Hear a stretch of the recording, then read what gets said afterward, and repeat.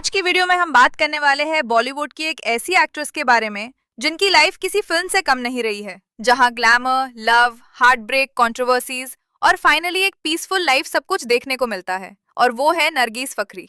एक टाइम था जब उनका नाम सिर्फ उनकी ब्यूटी के लिए नहीं बल्कि उनके रिलेशनशिप को लेकर भी हेडलाइंस में था। ये तक कहा गया कि वो उदय चोपड़ा से शादी करने वाली थी, लेकिन कहानी ने ऐसा ट्विस्ट लिया कि सब कुछ खत्म हो गया और इसके बाद उन्होंने इंडिया तक छोड़ दिया। नरगिस का जन्म 20 अक्टूबर 1969 को न्यूयॉर्क के क्वींस एरिया में हुआ था। उनके फादर पाकिस्तानी ओरिजिन के थे और मदर चेक ओरिजिन की थी। बचपन में ही उनके पेरेंट्स का डिवोर्स हो गया और कुछ सालों बाद उनके फादर की डेथ हो गई, जिसने उनकी लाइफ पर काफी असर डाला।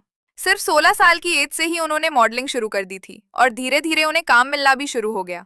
लेकिन एक टाइम ऐसा भी आया जब उन्हें एक एडल्ट मैगजीन के लिए न्यूड फोटोशूट का ऑफर मिला, जिसमें पैसे काफी ज्यादा थे। फिर भी नरगिस ने सीधा मना कर दिया और बाद में उन्होंने खुद माना कि ये उनकी लाइफ के बेस्ट डिसीजंस में से एक था।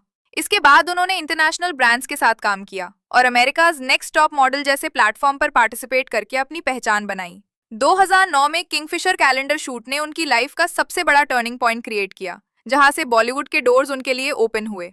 डायरेक्टर इम्तियाज अली ने उनकी फोटो देखी और बिना ट्रेडिशनल ऑडिशन के उन्हें फिल्म रॉकस्टार के लिए सेलेक्ट कर लिया, जहां उन्हें रणबीर कपूर के ऑपोजिट कास्ट किया गया।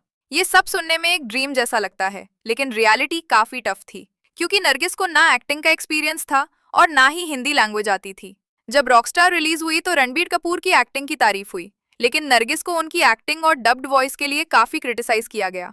ये सब उनके लिए मेंटली काफी हैवी हो गया और रिपोर्ट्स के मुताबिक वो डिप्रेशन जैसी सिचुएशन में चली गई थी। इसके बाद उन्होंने मद्रास कैफे, मैं तेरा हीरो और अजर जैसी फिल्म्स की, लेकिन उन्हें इंडस्ट्री में एक स्ट्रॉन्ग पोजीशन नहीं मिल पा रही थी। इसी बीच उनकी पर्सनल लाइफ भी काफी डिस्कस होने लगी जब उनका नाम उदय चोपड़ा के साथ जोड़ा गया। दोनों का रिलेशनशिप काफी सीरियस माना जाता था और मीडिया में उनकी शादी तक की बातें होने लगी थी, लेकिन ये रिलेशनशिप कभी ऑफिशियली कंफर्म नहीं हुआ। कहा जाता है कि इंडस्ट्री के कुछ इंटरनल इश्यूज और फैमिली ओपिनियंस की वजह से ये रिश्ता आगे नहीं बढ़ पाया और फिर एक दिन अचानक नरगिस सब कुछ छोड़कर न्यूयॉर्क चली गई।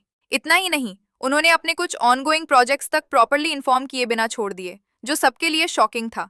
इसके बाद उनकी लाइफ में और भी रिलेशनशिप्स आए, लेकिन वो भी ज्यादा टाइम नहीं चल पाए और धीरे धीरे उनका बॉलीवुड करियर भी अनस्टेबल होने लगा, जिसके बाद उन्होंने इंडस्ट्री से डिस्टेंस बना लिया। इंडिया से दूर जाकर नरगिस ने अपने मेंटल हेल्थ पर फोकस किया, योगा और स्पिरिचुअलिटी की तरफ ध्यान दिया और अपनी लाइफ को हील करना शुरू किया।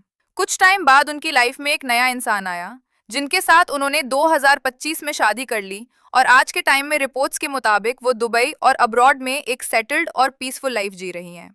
लेकिन कहानी यहीं खत्म नहीं होती, क्योंकि उनकी फैमिली भी एक बड़े कंट्रोवर्सी में आ गई जब उनकी सिस्टर का नाम एक सीरियस क्रिमिनल केस में आया, जिससे मीडिया का अटेंशन फिर उनकी तरफ आ गया।